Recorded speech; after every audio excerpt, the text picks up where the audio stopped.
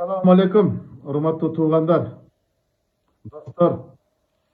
Кече жогорку кеңештин кезектеги жыйында биздин бир эки депутатыбыз көпкөрү жөнүндө маселени көтөрүп жатканын чалабыла окуп калдым эле. Андан кийин 3-чү депутат дагы үн кошконун эшиттим. Бирок анчалык маани берген эмесмин. Эми билгем, Тайгазан жөнүндө талашып жатат, алыш керек, баш тартыш керек, жок тартпаш керек деген пикирлерди жаратты дегендей элечи. Анан бүгүн бир эл көп чогулган жерден угуп калдым. Көпчүлүктүн оозунан көпкөрүнү жабат экен, көпкөрүнү токтотот экен деген каңырыш кеп туктум. Анан көөдөн деп оюм айткым келди ушул боюнчачы. Асыресе көпкөрү Кыргызстандагы элдин эң көп көргөн, же болбосо эң көп кооз көрмөнү бар элдик оюн. Дагы бир жолу кайталап коеюнчу. Бул көпкөрү элдик оюн. Биз айтып жүрөбүз го, улуттук оюн деп. Туура, улуттук оюн, улуттук деген макамы бар. Элдик оюн болгондон кийин, мунун эл баалаган, эл каалаган оюн болгондон кийин, ээси эл да. Элдин оюну да. Анан кайсы бир эки депутат, демилге отурган бир эки киши эле элдин эрки менен эсептешпей эле чечип койбош керек го дейм. Элдик оюндун эртеңкисин эл өзү чечиш керек. Анткени элдик деген макамды ошол эл берген. Эч ким берген эмес. Эч ким берген эмес. Анан ушул көпкөрүнүн тарыхы жөнүндө, таржымалы жөнүндө айтпай эле бер жагынан айтайынчы. Мен билгенден көпкөрүнү түптөгөн дагы, күчтөгөн дагы эки эле адам болгон, эки болот болгон. Түптөгөн болот Шамшиев болгон, күчтөгөн болот Шерниязов болгон. Ал эми эрежесин жазып киргизген Темир Дүйшекеев деген агабыз болгон. Мына ушул 3 киши ушул деңгээлге жеткирип келди. Жеткирип берди. Тилекке каршы үчөө тең биринин артынан бири дүйнө салып кете берди. Бирок алардын аруу тилектери, максаттары ишке ашты. Мен ошол кезде журналист болуп көп эле көпкөрү жөнүндө макалаларды, материал жазгам гезиттерге. Алардын негизги тилеги, максаты көпкөрүнү эл аралык аренага алып чыгып, ал аркылуу элдин ынтымагын бекемдеш керек болчу, кыргыздын намысын көтөрүш керек болчу. Мына ошолор бүгүн ишке ашып атат. Көчмөндөрдүн оюнунда көрүп берген эмнекенин көрдүңүздөр. Көпкөрү. Намыстуу жигиттерибиз берген жок.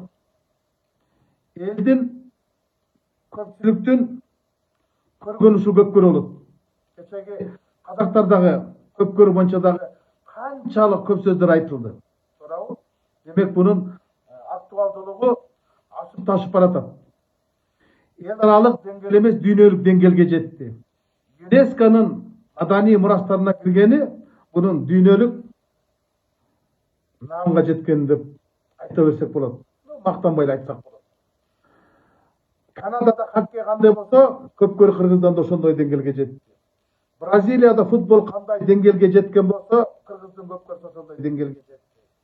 Сумо Японияда кандай деңгээлге жеткен болсо, же таэквондо Кореяда кандай деңгээлге жеткен болсо, көпкөрү да Кыргызстанда эмес, бүтүндөй Орто Азияда көчмөн элдин арасында ошондой абройго, ошондой бийиктикке деңгээлге жетти. Анан ушундай бийиктикке жеткен көпкөрүнү төмөндөтүп башаңдап коюштун канчалык кажети бар туугандар? Силер кандай карайсыздар? Силер кандай ойдосуңар? Көпкөрүнү токтотуш керек да. Мен эми ойлоп көрдүм да, буга бир гана мисал себеп болуп жатса керек. Албетте, аянычтуу нерсе, жакында мындан бир ай мурун ошо Нооруз байрамына карата өткөрүлүп жаткан көпкөрү оюндарда ушу көпкөрүнүн көк асабасын көтөрүп чыккан, көпкөрүнү ушунчалык деңгээлге өзүнүн салымын кошкон Кыргыздын кыйын жигиттери, тиги Американын чабандестерин көпкөргө машыктырган тренер болуп жүргөн Мирлан кырсыктан каза тапты. Ошол көпкөрдөн каза тапты. Менимче ушул нерсе себеп болуп жатса керек да. Бирок бул кырсык деген таш менен кабактын ортосунда. Мындай коркунучтуу спорт бардык эле жерде бар. Бардык эле жерде спортто болот. Бирок муну байлап койбош керек. Бир адамдын өмүрүндө алган кырсык менен албетте бул чоң жоготуу. Үй бүлөсүнө көңүл айтабыз. Көпкөрчүлөр өздөрү деле ал боюнча кам көрүп жатканын уктум. Үй үлесінде жақын туғандарына жардам беріп жатқандықтан, бірақ аны шылтоо кылып, бүтүндөй элдик оюндун эртеңкисине балта чаппаш керек го дейм. Көпкөрүнө тиги тарыхы Манас кортто калат. Манаста айтат, чапкылап булак чабышты, мергендер жан батышты деп туурабы? Сейтекте айтат, атпай турган жер бекен, жатпай оюн көкбөрү, чаппай турган жер бекен деп. Тиги Манас атабыздан берген аткан элдик оюнда. Анан ушундай аралыкта ушундай деңгээлге жетти. Туурабы? Канча деген эмгек кетти. Анан ошонун баардыгын ушул бир-эки депутаттан демилгеси менен эле жаап койгон туура эмес го дейм. Мен ушуга кыжаалат болуп, ошон үчүн оюнду ортого салгым келди. Билесиздерби, СССРдин убагында дагы көпкөргө мынчалык пастык, мынчалык кастык кылган эмес. Ал кезде деле аракеттер болгон, бирок токтото алган эмес. Мен бала кезинен билем.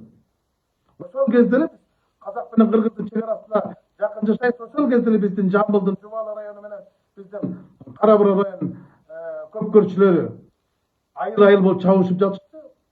Ак көйнөк, кызыл көйнөк, курларын байлашып, эки жака турушуп алып. Ошондон бери эле чабылып келатпайбы?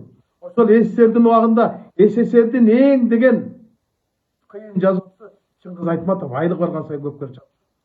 Көрдүңөр да тасмасын жанагы айлантып чабып булакты такымынан басып жүргөн Чыңгыз Төрөкулович Айтматов көпкөр чапкан тасмасын. Көрүп алыңыздар. Айлык барып чапканын мен көз алдымда өткөн.